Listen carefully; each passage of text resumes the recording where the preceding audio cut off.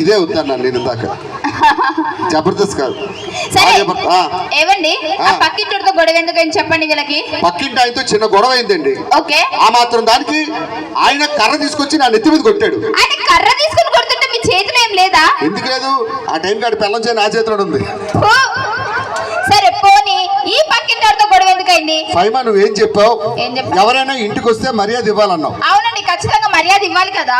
Aunty tiffin తినే టైంకి వస్తే ఏమంటావు? టిఫిన్ చేద్దాం రండి అంటాం. ఆంటీ భోజనం చేసే టైంకి వస్తే ఏమంటావు? భోజనం చేద్దాం రండి అంటాం. ఆంటీ పడుకునే టైంకి వచ్చింది పడుకుందాం రండి. నేను అలా అనలే, ఆవిడ అనుకుంది అట్లా. సరే కానీ అప్పటి నుంచి మీ మగాళ్ళు చాలా అరుస్తున్నారని మీ మగాళ్ళు గొప్ప అనుకుంటున్నారా? బస్ స్టాప్ లో ఎవరితో మాట్లాడదని చెప్పి మీ ఆవిడ చుట్టూ పలు రింగులు ఉందండి, ఏం వాడుతుంది? అమ్మా, ఆడవాళ్ళందరూ జుట్టు ఊడిపోతుందని బాధపడుతున్నారు.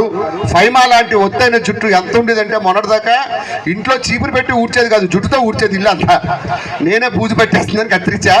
ఇంత ఒత్తైన జుట్టు మీకు రావాలంటే ఆ సీక్రెట్ మీకు మాత్రం చెప్పమనండి.